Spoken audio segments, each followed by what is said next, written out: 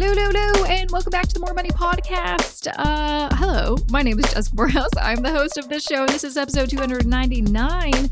And I'm very excited about this episode because this is a topic that I don't think I've ever done a single episode dedicated to this topic, which is wild because next episode, we're going to be at 300 episodes. How have we never done an episode on this, topic? Weddings.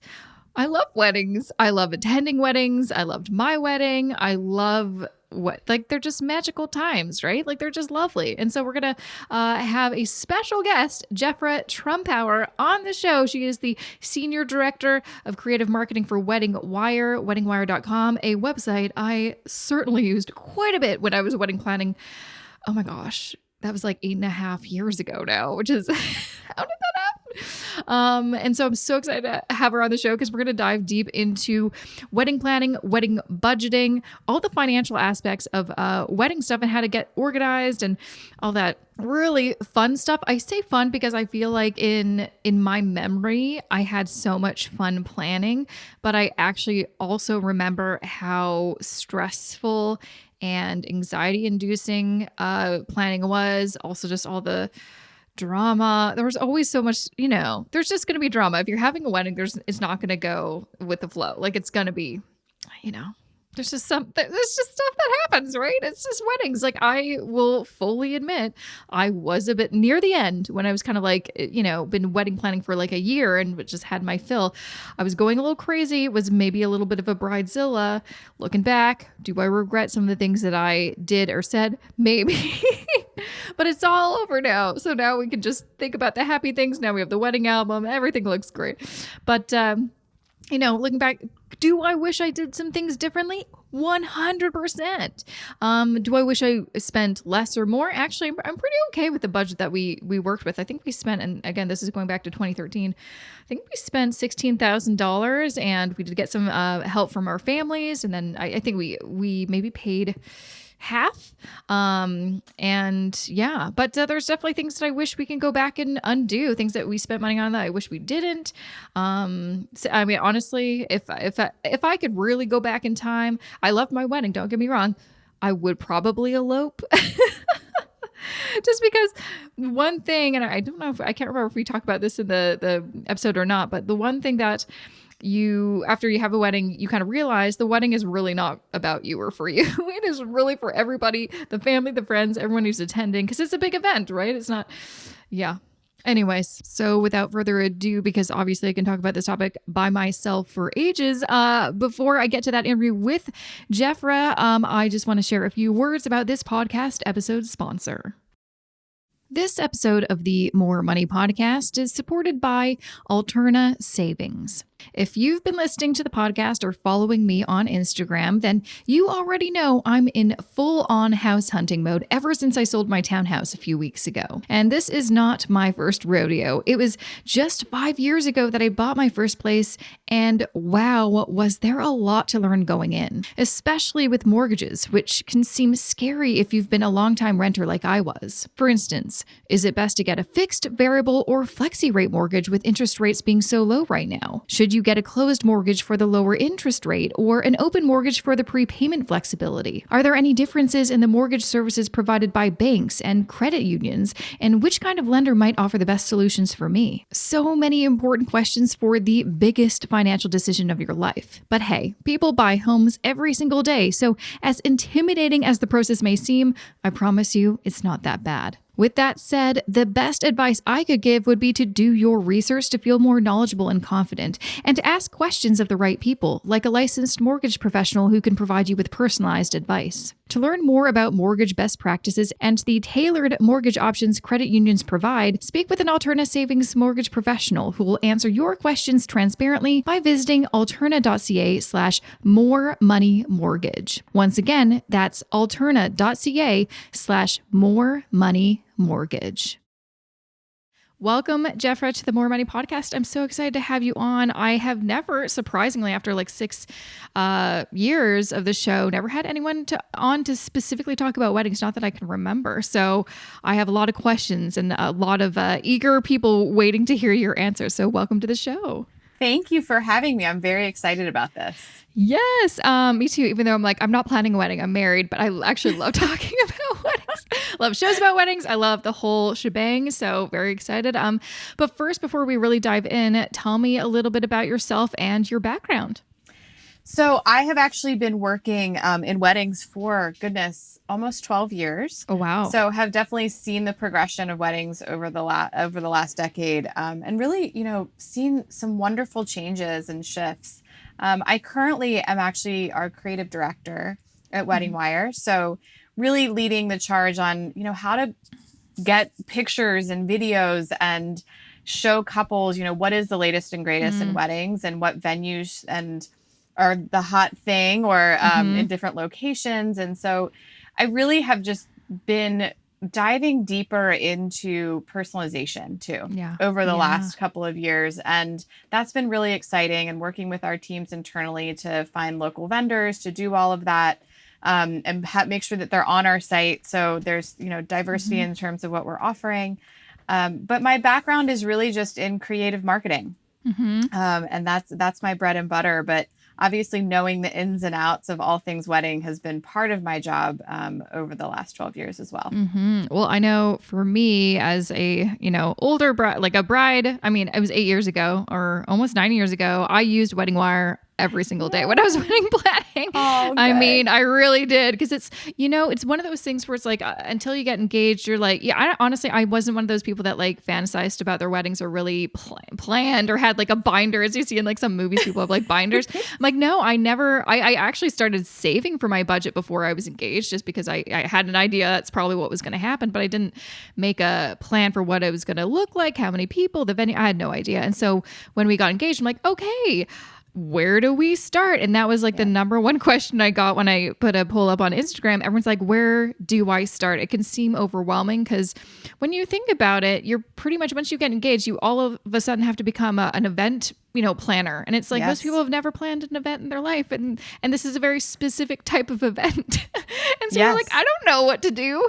Is there a guidebook? And I remember I read books on this and went on WeddingWire, of course, and I looked at all the resources. So I guess that's where I'd like to start. When there's a couple that's newly engaged, what is the first thing they should do? So this is obviously, as you just pointed out, one of the questions that a lot of our couples ask. And where you should always start is your budget. But do some research before you just come out and say, my budget is X, because this is how much I've saved.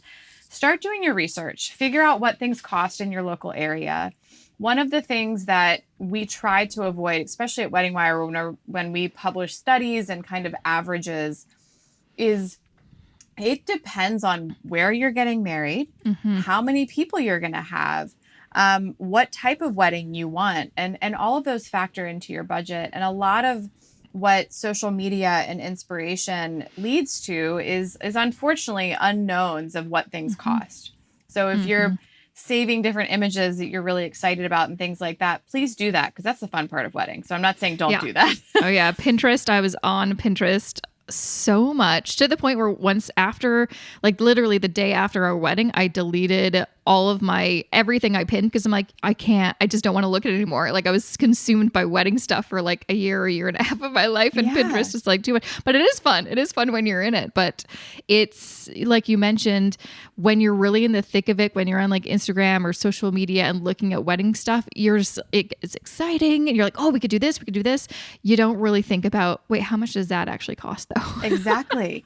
And it might cost different depending, again, like where you're getting married. And so what we are finding is, 75% of couples are actually setting their budget before even doing any research. So they're just saying, here's my budget, great. And they're going to vendors and saying, I have X dollars for this venue or my photographer. And it unfortunately isn't that cut and dry. Yeah. And then what ends up happening is that we're seeing that 2 and 3 couples are actually seeing their budget increase more than they planned. Not a surprise. Because of that. Yeah. And so we actually have produced a cost guide on WeddingWire to help with this. And what it allowed us to do is really go into each individual market and say, okay, here's some general costs. but it's a baseline again. And so, we do say, reach out to a group of vendors, get some estimates. It's a really strange comparison, but planning your wedding is not really a whole lot different than like a home improvement project or something where you need to go out and say, okay, let me get some estimates on these things from people that I think would do the job that I want them to do. And then start to really figure out, what is it going to cost me to put this wedding on, and do some math ahead of time before you commit. There's some things you obviously have to commit to, like your venue and things like that, but doing your research is really important. Mm-hmm. I guess another thing. So it sounds like the best thing to do, instead of picking a number out of thin air, which doesn't make sense, is really outlining what kind of wedding do we want, and really taking a look at, so how many people, and is this like a super formal wedding or a casual one, and what location, all those kind of elements, and those will, I think, be a great guiding point to figure out price point for certain things. Like if it's a 200-person wedding, that's going to be obviously more expensive than a 50-person wedding. But I guess another idea as well, when people are thinking about organizing their wedding and the budget, is also the timeline, because that can also shift things. It's like, if you're on a shorter timeline, you're probably going to be paying more money, just because I mean, that's definitely what I found. You can save money if you plan further in advance. You can get deals and stuff like that. If you want something really quick, you're going to be paying a little bit more money. So how long, in terms of planning, should people, like, is it a year? I feel like that was the number that was thrown around when I was planning for things. It's like at least a year. Is it more? Is it less? This has actually been impacted slightly by the pandemic. So, we would see 13 months on average before the pandemic. Because there's been a lot of shifts in larger events, we are seeing much more along the lines of a year and a half to 2 years out. We will have more data on that in the coming months, obviously. So I don't want that to be, hey, that's the future going forward. But in terms of venues, you really have to hop on venues quickly. Because people are definitely booking those, at least 18 months out, especially if you have a specific time of year in mind. We actually see that 40% of weddings are happening in the fall, for example. So really? Yeah. That's surprising. Between like September and November. So if you consider that, and you really want an October wedding, you're going against the other 40% of the population that also want that. So thinking about when you actually want your wedding is also a good gauge to say, when should we start planning it? There really isn't an off season for weddings anymore, because if you're getting married in, let's say, a warmer area or having a destination wedding, it doesn't mean you're not getting married in January, February if you live in a colder area. So really jumping on that. And so that's actually to my next point, is always start with your venue. Definitely don't go, that is the starting point, because your venue is also the place where, once you figure out what that's going to cost you, you're going to have a better understanding of your per head cost. But also, a lot of venues partner with local vendors. So getting an understanding from them of, oh, you already have an in-house caterer, you have a florist you work with, you have a cake baker that you work with, great, or a series of them that you can choose from. And that's also a good starting point to think back on budget. And they may even also have an internal planner that can help you organize a lot of that if you're not hiring an external planner. So there's a lot of factors that go into it, but I definitely would say start as soon as you can. Enjoy it. If you just got engaged, take a breather, enjoy it, bask in that moment. But, then just kind of get started on the where and the when, and secure that venue as soon as possible. Well, since you mentioned this, and I feel like this is becoming kind of the norm for weddings, and before I felt like it was just like for people who are having big weddings or really lavish weddings, an event coordinator or an event planner. So many people, regular people I know, have those. Honestly, looking back at my own wedding day, would have loved that, because I was kind of, as the bride, the wedding coordinator, everything came to me, and you want to enjoy your day.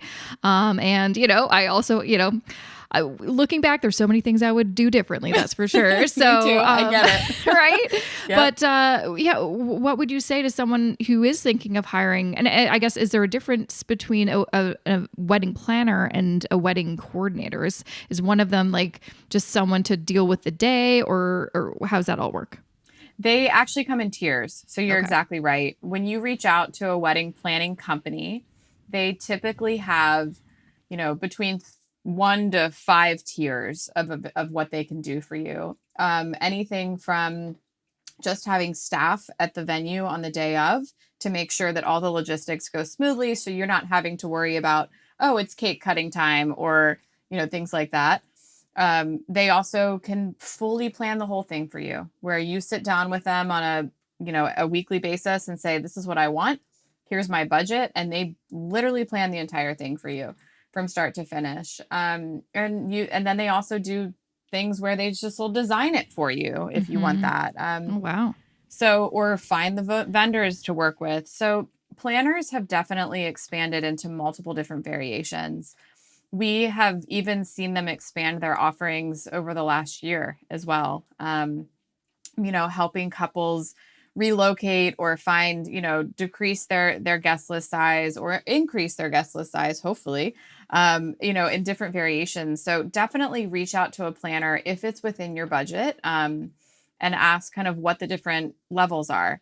And that's also just something else to consider is if you decide to go with a full planner, definitely reach out to that person first, because they can help you find your venue, work with the venue, things like that.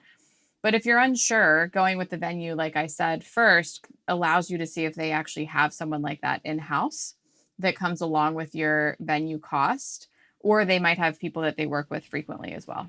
Absolutely. So if you did want to hire someone who is like an independent planner or a coordinator, what are some general price points people can, I guess obviously it all kind of depends, but just so people can kind of have a ballpark, what does that look like? It definitely depends. So based upon the 2019 average, because, 2020 was a little bit wonky. So we actually saw that most planners were on average around $1,500. But I want to Is that to do the whole the whole planning, or just like the logistics on the day of? It depends. So we get the averages from our couples that say, yes, I hired a wedding or event planner. So this is average across the country of what it cost for, it could have been a coordinator or a full planner. But, it depends. If you're getting married in New York City and you hire a full wedding planner, it can be pricey, but you're getting but at the same time, I say it's pricey, but you're also getting an extremely wonderful service for that. That wedding planner in New York City is going to navigate all of those things for you. So it depends on where you are, but the average that we've heard from couples is around $1,500. But again, go and kind of do your research, because it depends on what you're hiring for. Yeah, honestly, it's one of those things. If I look back, to be fair, I did it. We were young in our 20s and had no money, but that would have been that would have paid for itself. It really would. It would have been great. And that's the other thing to remember. I say things like, oh, that might be pricey, but one thing to always consider, and I say this, to all the couples that are listening to this, you are paying for a service that you will not regret. Yeah. So, in anything that you're going with, remember that these local vendors are pricing out their time, their investment in you, the cost of goods and services. So yes, a wedding does, start to be a little overwhelming when you see what things cost, but it's not just the cost of the bouquet, right? It's the cost of the florist making the bouquet.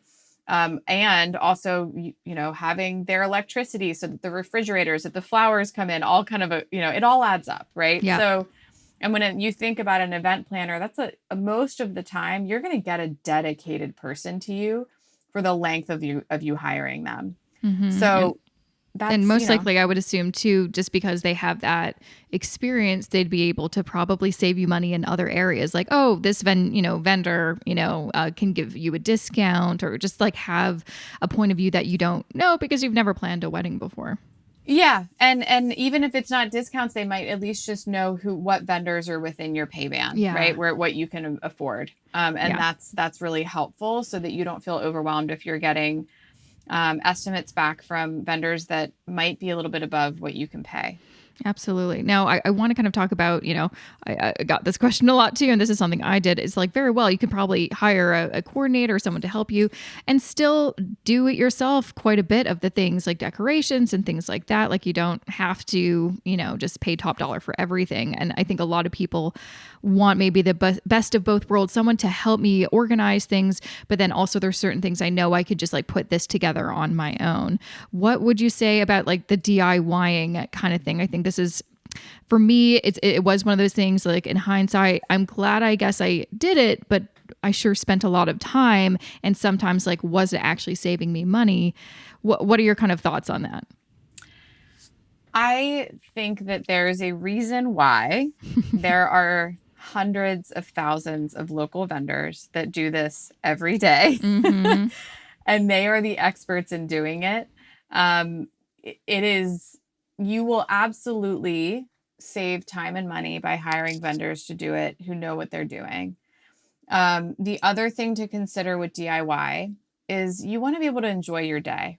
So if at the last minute you're putting together flower bouquets because you decided to DIY that, that's time that you could be actually enjoying, being engaged and planning for your day and things like that. So my advice is, I think that there are smaller pieces of the wedding that are fun to DIY that can be projects you do with your wedding party or your family, memorable things that personalize the event that you might be able to do. But in general, I do think that it's really important to find the experts to do that. The biggest regret that we hear from couples is when they've decided that, their friend of a friend of a friend who had, a camera was going to videotape their wedding. And unfortunately, it didn't turn out the way they wanted to, and they really wish they had hired a videographer. So it also goes back to think about the three things that are really important for you and make sure that you're kind of budgeting around those. So if capturing your wedding day and having incredible photos and video are top for you, make sure that you're budgeting for that. If having incredible food and beverage is top for you, make sure you're budgeting for that. If having a really, really amazing DJ and band, it just depends on what those, I always say, like, narrow it down to three. Because once you start to add on more things, it becomes more expensive. And be aligned on that with your partner too. What are the three things you guys would not be able to live without if you look back on this 20 years from now and say, oh man, I really wish I had done that. Mm-hmm. Yeah, some of the best advice I got was don't cheap out on a photographer. Like, we couldn't afford a videographer. That would have been so exciting. But I'm so glad we spent the money on a photographer, because then we have those photos forever, and they're, wonderful photos you can share with your friends and family for a lifetime, or the lifetime of your marriage. Yeah. But, that's really important. But again, like, that was probably just one of my top things in my top three. A question I got a lot was, what do you hear is typically a waste of money? People spend, a good chunk of money and they're like, I really didn't need to spend money on that. Like, I'll tell you mine, which was kind of the parting gift favors, which I'm not even sure if weddings do anymore, but I thought it was a thing where it's like, when they leave and then they get a little thing. And I bought a bunch of cute little tarts from a local tart maker. No one grabbed them. So I was left with like hundreds of tarts that I had to put in my freezer and eat slowly over the course of months. And what a waste of money. Yeah. I mean, and that can happen. I don't think that there's a general thing that people there's not one thing. I hear more about the regrets of what they didn't concentrate on than the things that they did. But I do think that it goes back to, what is the one thing that you really don't need?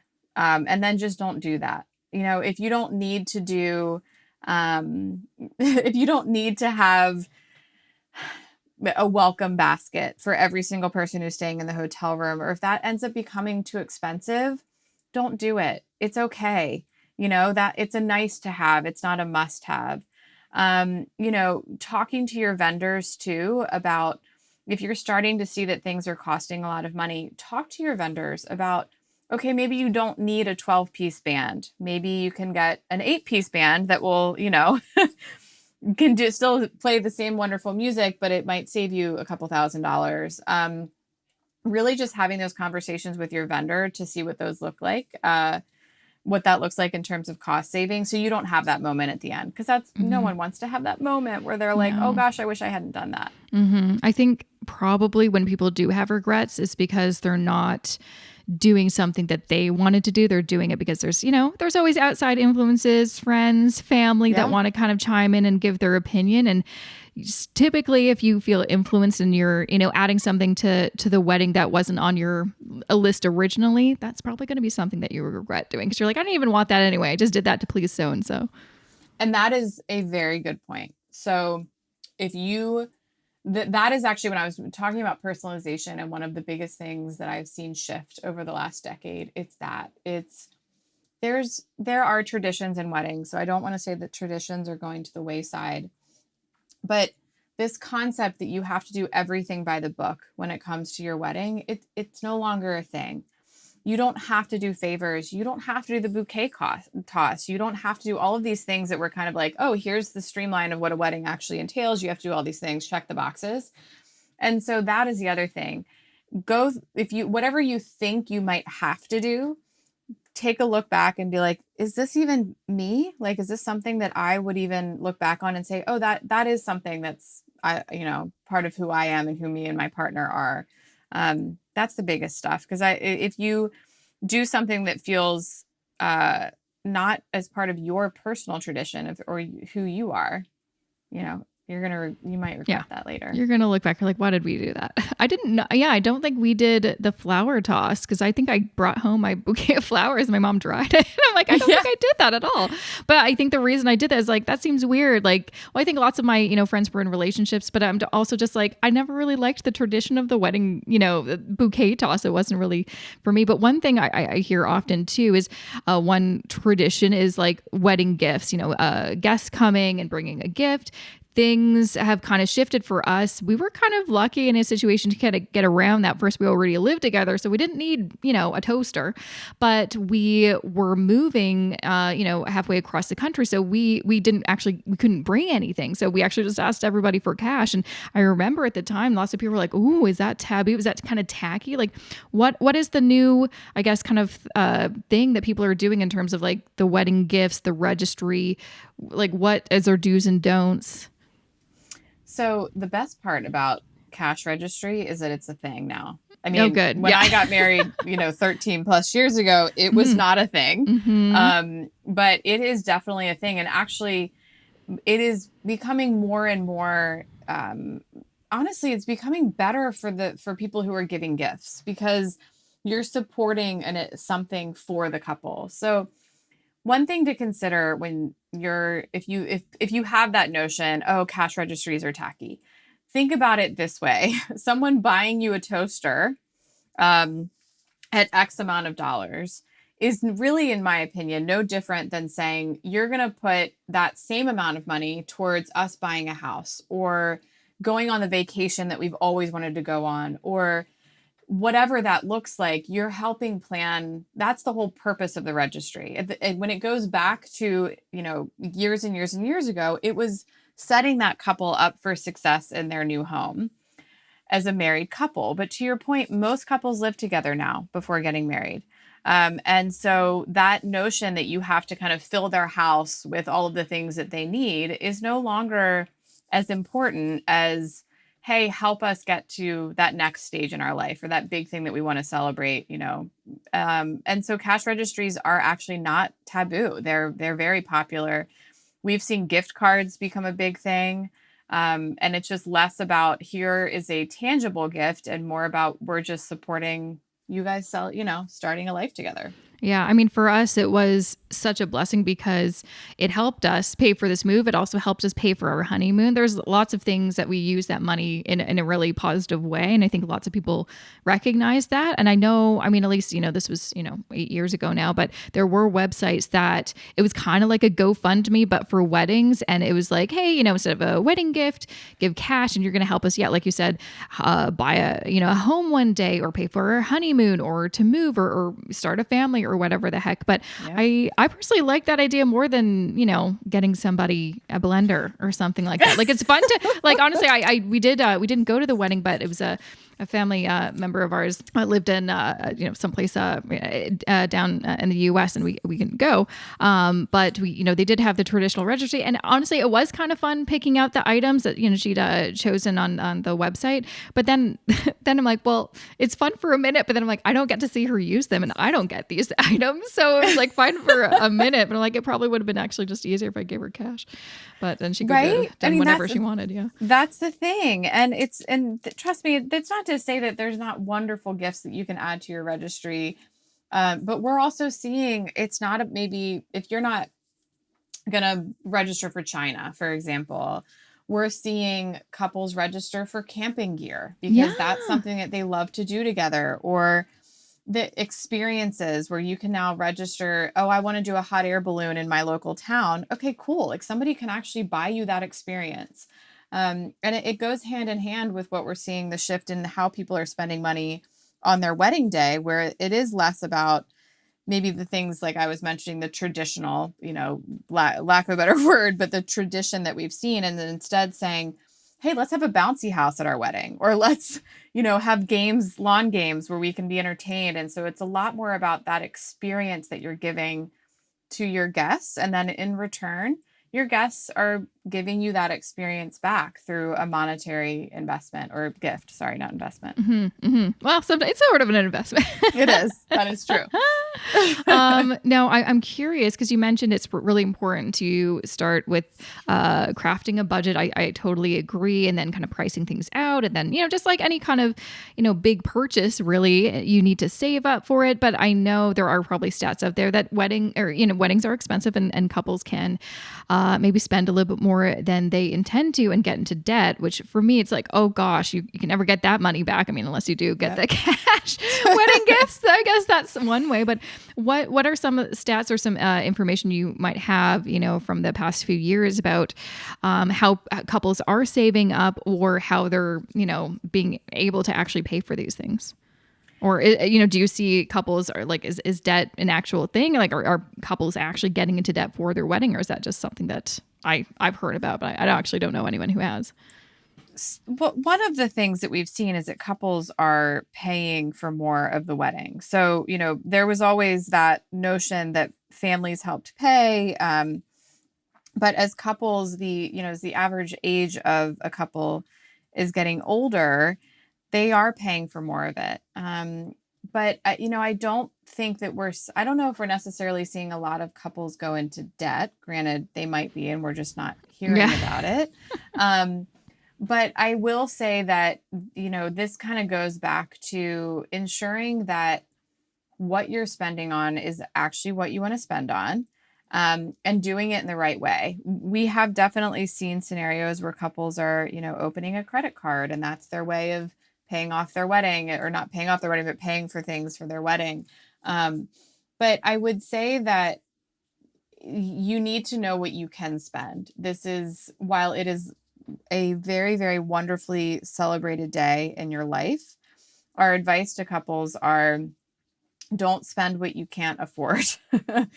But also knowing that if let's say you're going to get married in 14 months, start to think about what those savings look like. And what is it going to be for you to get there in terms of, okay, if my wedding's going to cost me $20,000 and I'm getting married in 14 months, what do I need to save over the next 12 months to make sure that I don't go into debt? It is so important that you manage the cost of your wedding no different than you do any other big pricey item. Don't spend what you don't have or that you can't afford over that long period of time. Mm-hmm. The other thing to think about too is that a majority of vendors either do want a cash deposit or to be paid in full cash at the day of the wedding too. So it's not just about, being able to open a credit card and getting approved for it and spending on the credit card. There are also things that are direct cash deposits that you have to account for. And those big ticket items, you definitely need to obviously save up for ahead of time. Mm-hmm. No, absolutely. I know, like, we didn't have I don't think, we still didn't have a joint bank account or credit card, but we definitely had a spreadsheet. And I always recommend, like, putting things down, writing things down, keeping all of your receipts and tallying things up so you can kind of stay organized with it. Cause it, especially as you get closer to that wedding date, I just felt like I was just like spending money here, there, and everywhere. And so it's so important to stay organized. But I think another important thing to note is to manage your expectations. Like, first off, for all the perfectionists listening, like, and I'm a perfectionist, your wedding day will not be perfect. It just won't, because it's not totally in your control. So you just got to let things go and just go with the flow. But also, it's okay if you can't do everything. Like, for example, I know a lot of couples, you spend the money on the wedding, there's not enough left over for an immediate honeymoon, and that's okay. So maybe it's just about, doing the wedding because that's, you want to get married, and then picking a future date so you can save up after the wedding for the honeymoon or a trip. Like, I know so many couples I know are like, oh, we're going next year, because that just makes more financial sense, and that's fine. I don't want to say it's a huge shift, but there is definitely a shift in terms of couples deciding not to leave right after their wedding day to go on their honeymoon. There's also something to be said, finances aside, about taking a moment and pausing. You are going to be so emotionally drained the next morning when you wake up after your wedding. Yeah. I mean, you don't even know until it hits you how much like energy you were putting towards getting there. And so take some time to rest is my advice on that. Oh my gosh. Yes. Yeah. Rest, save the money, rest, do whatever you need to do, and plan your honeymoon a month later. Or I've seen couples do it 6 months later, like you said, a year later, when you're really able to enjoy it and not kind of basking in that exhaustion from planning a wedding for the last year and a half or whatever. I know. I see all like I was, been watching some, movies from the 90s, and all of them, like Father of the Bride, I just rewatched it. Like, I cannot believe that they went on their honeymoon the night of the wedding. Like that, to the airport. I'm like, are you kidding me? I'd be exhausted. I would be so tired. When she calls her dad from the airport to say thank you. And I'm like, wait, you got on an airplane then? Like, it's like they're going to Tahiti or something. I'm like, that's crazy to me. For us, we waited a month, and it was great. But like, another tip is we got married on a Saturday, then we had Sunday off, and I was back to work on Monday. If you have some banked vacation days, take a few extra days off, because you're gonna be exhausted. And going back to work right on that Monday was so not fun, because everyone's like, oh, how was the wedding? I'm like, well, I'm here back at work, so like the fantasy is over. Yeah. So, take a few days off, but definitely the best thing that we did was not go on a honeymoon right away. We took some time, and then you can really enjoy it, Yep, exactly. And a lot of couples are doing a mini moon too. So they might, do something that's a little bit more cost effective, where they might take the next like couple of days and stay maybe in the location that they got married, or, something within driving distance, where you can still go and relax together and celebrate and enjoy each other's company, but you're not, spending a lot of money or doing anything that's, like you said, going back to work or doing anything that's, too much of an excursion.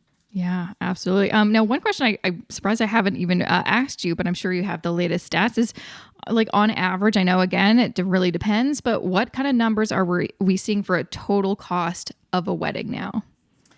So right now it is, our internal study is that it's about, well, again, I want to preface that this is the national average, but the reception, just the reception, is around $22,000-$23,000. And so that's only your reception. That doesn't include your honeymoon. That doesn't include anything like your engagement ring. Yeah. Things like that. So that is the average that we're just seeing on literally the day of. Yeah. And do you think the reason, just like thinking about my bills after the wedding, the biggest costs were definitely the venue, food, and, the bar, if you have something like that? Yeah. It's definitely cost per head. And that's where we start to tell couples, your guest list is actually really important. And, not having an understanding of what those numbers look like before you go to a venue is also going to help you, because it's not to say that 100-person wedding can't cost the same as a 200-person wedding, depending on what you want to actually have. But to your point, it's, you're paying each one of those vendors by head count. So the catering, your bar package, the number of chairs you have, the plates, the silverware, all of that stuff go into, what that's going to look like at the end of the day. So yeah. Yeah, the smaller the wedding, the cheaper it's going to be. Like, that's just simple math. It's true. But I will say, that is a very good point. But there are definitely couples that then say, well, I'm going to go all out for the 100 people, and so it just depends. I don't want to say that just because you're having 100 people doesn't mean, if you still have pick the top of the line catering and all the top of the line bar and things like that, it adds up, right? So I do think that it just goes back to, like, what are those things that you really, really care about and want to spend money on? Mm-hmm. Yeah, absolutely. And also, like, one thing that I found really helpful was talking to other people who recently got married, or especially who live in your area, to find out what were some of the learning lessons that they had. Like, for me, one of the best things for when we picked our venue, we picked it actually, it was a venue that was at my university, but it looked nice. You wouldn't know if you actually just went to the venue, but it was on the property of the university. But because I was an alumni, I got a discount, which was great. You're like, oh, great, we're going to save so much money. And I only knew that by talking to a friend of mine who got married there. And so that's another thing, is like, and I guess that's also why WeddingWire exists, is like, you can talk to people, you can, read and just learn is the best thing you can do. And that's a really good point. And I would say, as you're looking, utilize WeddingWire as a resource to read reviews. I mean, that is why we built this company, is because we knew that firsthand newlywed couple reviews were going to be incredibly helpful when people were making decisions. Hearing about, how they did it, what they did, or even in your experience, hearing that, hey, as an alumni, you can save money by doing X, Y, and Z. Those types of stories are in our reviews. I mean, that's there. It's really important to kind of get that connection and talk to other people. Build a teeny tiny little community for yourself. I've also even encouraged people that, if you see, this might be a little bit of a far-fetched thing, depending on how comfortable you are on social media. But if you're looking at a venue, and, you see a couple tagged, maybe even send them a little DM and say, hey, I saw you got married at this venue. We're looking into it. Like, any advice you have. Because the other thing to remember is that there's not a couple in the world that doesn't want to talk about their wedding. Totally. I mean, listen to you and me. We've gotten, you got married 8 years ago. I was 13 years ago. I still love talking about my wedding and giving advice.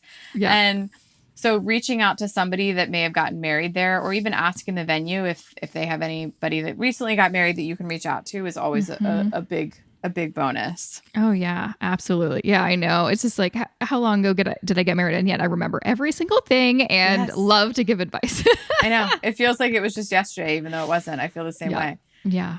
Yeah, absolutely. So before I let you go, again, kind of keeping our audience in mind, people that just got engaged, what is just like one thing that you want to make sure newly engaged couples that are starting their wedding planning journey should keep in mind and think about while they set off on this really fun time in their life?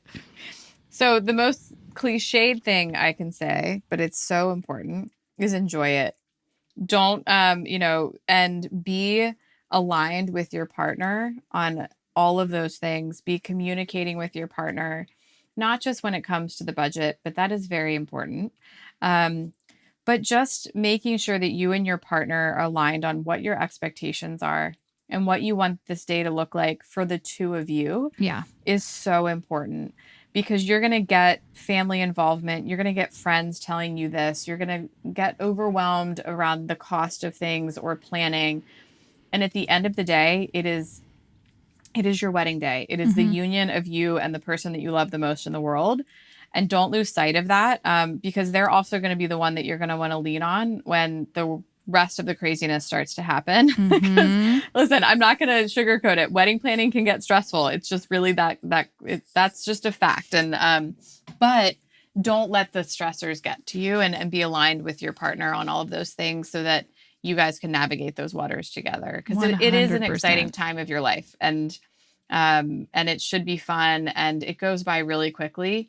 It's, you literally spend months planning for a 6 to 8 hour day. I know. So, I know. Definitely stop and take a minute and enjoy it. I know. When I look back, it's just like we spend, a good year or so planning. And yeah, it's like one day and it's over in a blink. And there's so many things. You're like, oh, I forgot to eat some of the hors d'oeuvres. And like one of my biggest regrets, and this was again, just like, cause it's just so busy, you can't do it all, but we cut the cake. I think we had like a little bite, and then we were talking to people. By the time we came back, the whole cake was gone. Oh no. It's okay. Luckily we were really lucky. I had a friend of mine who made the cake, and she made me a little baby cake, a week later, so we can have that for ourselves. But I'm like, gosh, but you know what? So that's again why I preface it's like your wedding will not be perfect. So you just got to go with the flow and enjoy whatever you can, but also realize it will go by so quickly. So quickly. I know. It's so true. And those moments are going to happen. And to your point, don't worry about it. Yeah. Perfection will not happen at your wedding, and you're going to look back on it and you're still going to be like, that was my perfect day. Right. Yeah. And we don't like to use the word perfect at WeddingWire because we don't believe that there's a perfect wedding. Heck no. We believe that it's your wedding, and regardless, you're going to look back on it and it's going to be incredible. Well, before I let you go, where can people find more, helpful resources and tips as they plan their wedding? I'm sure you have lots to share. We do. So definitely go to weddingwire.com. We have an entire inspiration and editorial section with thousands of articles to help you, whether you're looking for venues in your area that you just kind of need to understand what that might look like, to how to budget. You can also download our app, which has a budgeting tool, which is very helpful, a guest list tool, a lot of different areas to just help you get organized. So definitely download our app. It is there to help you and make you feel like you don't get lost in the midst of the planning process. Amazing. I wish there was an app when I was planning that. I remember looking, I'm like, is there an app or something? And there was no app at the time, but I'm so glad that it's easier now to plan for these things. It's so much easier. And our app also, one more thing, is so great when looking for vendors. And so that is another side note, is make sure you're using our app to search for local vendors in your area, read reviews. It'll give you directions to their location. You can take notes. It's a fantastic way of organizing just who you're hiring for your big day too. Awesome. Well, thank you so much, Jeffra, for being on the show and sharing all of your expertise. Hopefully this has given some, wedding planning couples some peace of mind. Yes, I hope so. I definitely hope so. And thank you so much for having me. It's been a pleasure. And that was episode 299 of the More Money Podcast with Jeffra Trumpower from WeddingWire. Highly recommend if you're in the stages of planning or even just like pre-planning, like I mentioned at the beginning of the episode. I'm still not sure if I even told my husband this, but whatever, who gives a crap? We're married now. But I totally had, maybe a budget, maybe already a special savings account for saving up for that wedding even before we were officially engaged. I just knew it was going to happen at some point, so I just thought, might as well just start now. So if you're even in the pre-planning or pre-planning, not even in a relationship, who cares? You can still start planning. Who cares? No one's going to know besides you. So, lots of great free resources on weddingwire.com. You can follow them on Twitter and Instagram at WeddingWire. So make sure to check all of those resources out. I, of course, will link to them in the show notes for this episode. Of course, some of the specific resources Jeffra also mentioned in the episode, they will be in the show notes. So jessicamorehouse.com/299 is where you can find the show notes for this episode. Also, like I mentioned, I developed, because I just kind of was, inspired by this episode, to create a specific wedding budget spreadsheet for your, free download. So if you go to the shop page, jessicamorehouse.com/shop is where you can find that free to download. Also, if you just go to jessicamorehouse.com/resources, you can just access it and all of my freebies in my free resource library, jessicamorehouse.com/resources, where you can find all of that good stuff. Also, if you're just looking for a regular budget because you want to organize your finances, maybe you just got married or whatever. I'm just saying, we're in the wedding episode topics. That's why I mentioned relationships. But I have a ton of different spreadsheets for if you're an individual or if you're in a couple. Like I have specific ones for like if you're in a couple and one of you is self-employed and the other person is an employee, like things like that. Again, you can find them all on my shop page, jessicamorehouse.com/shop. Now, I do have some other things that I want to share with you, but before I get to some things that you will want to stick around for, I just want to share a few words about this podcast episode's sponsor. This episode of the More Money Podcast is supported by Alterna Savings. As I continue my search for my next home, I've got both money and mortgages on my mind. Now that I'm looking to upgrade from a townhouse to a house, a much bigger financial investment, I've got so many things to think about. For instance, should I get a 25-year or 30-year amortization for my next mortgage? On the one hand, I like the idea of becoming mortgage-free 5 years sooner, but a 30-year mortgage can also offer some breathing room in terms of monthly cash flow. What are my expected closing costs? Since we were considered first-time homebuyers for our current place, our land transfer taxes were waived, but that's no longer the case for buying our second home. So how much should we set aside for things like land transfer taxes, legal fees, realtor fees, title insurance, and more? With so many questions in the air, it can make house hunting just that much more stressful. Which is why if you're in the same boat or looking to buy in the near future, I highly recommend speaking to a mortgage professional who will get to know your family, your goals, and your values to design a mortgage solution that's right for you. And one place to start for some helpful checklists, frequently asked questions, and resources is Alterna Savings website. You can also reach out to one of their mortgage experts for specific help on your home buying journey. Alterna is committed to guiding you through the mortgage process one-on-one with care and transparency because you deserve tailored support for the biggest transaction of your life. To learn more and to start building a long-term partnership with an Alterna mortgage professional, visit alterna.ca/moremoneymortgage. Once again, that's alterna.ca/moremoneymortgage. Okay, so I've got some things I want to share with you. First and foremost, a reminder that I am doing a big book giveaway. I do this every single season of the podcast. So if you go to jessicamorehouse.com/contest, you can find all of the books I'm currently giving away. I am updating it as I have new guests on the show that have a book that they have coming out. So I will be adding more books throughout this season. So make sure to go to jessicamorehouse.com/contest to enter all the books that I'm giving away currently. And then make sure to check it regularly for whatever new books are up there. And good luck. Honestly, you do have a very good chance of winning because a lot of people think about entering and then they don't. And so sometimes it's like, oh, I'm picking a winner and there's only like 100 people who've entered. So you've got some pretty good odds of winning. Also, to stay in the loop with me, I highly recommend you sign up to my email list, jessicamorehouse.com/subscribe. I send out a newsletter every 2-ish weeks. Quite honestly, sometimes it's once a month, so I'm not going to bug you that much. But that's where you can kind of stay in the loop of what's going on. Another way you can stay in touch with me is on Instagram at Jessica I. Morehouse. You can also follow the podcast at More Money Podcast on Instagram as well.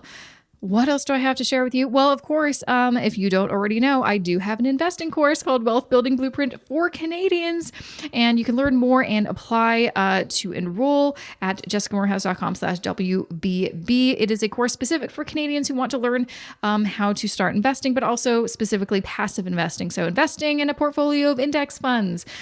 So if you basically want to get rich slowly and do boring passive investing like I do, because that is how I like to build my wealth. I don't like to day trade or do anything crazy speculative. I like to invest for the long term so I can retire one day. That is why I built the course. It is for people who are not adventure seekers or want to gamble. This is for people like you and me who are regular people who just want to invest so they can, reach financial independence and retire one day, whether that's early or not, whatever you want. I show you kind of the basics as well as how to actually activate your investment plan, how to build one, and how to invest your money as a Canadian. Very Canadian specific information in the course, which I think is different from most courses out there. I talk to so many people.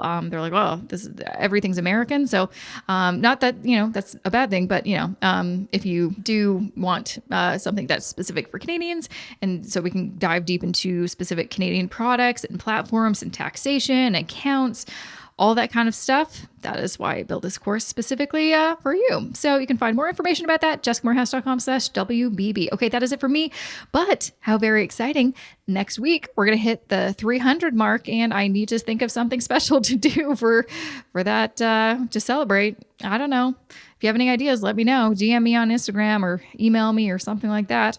But yeah, so that's very exciting. That's kind of a huge milestone, isn't it? That's pretty wild. That's pretty cool. I should be proud of that, shouldn't I? It's just like, I feel like, don't you feel like life just moves so fast when these milestones come?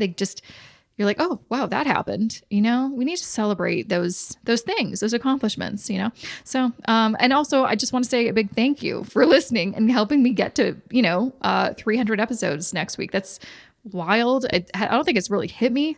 So yeah, big thank you for being awesome and supporting the podcast. And also a big thank you to my podcast editor, Matt Rideout, for making this podcast sound so good. So that is it for me officially. Thanks so much for listening, and I'll see you back here next Wednesday. Have a good rest of your weekend.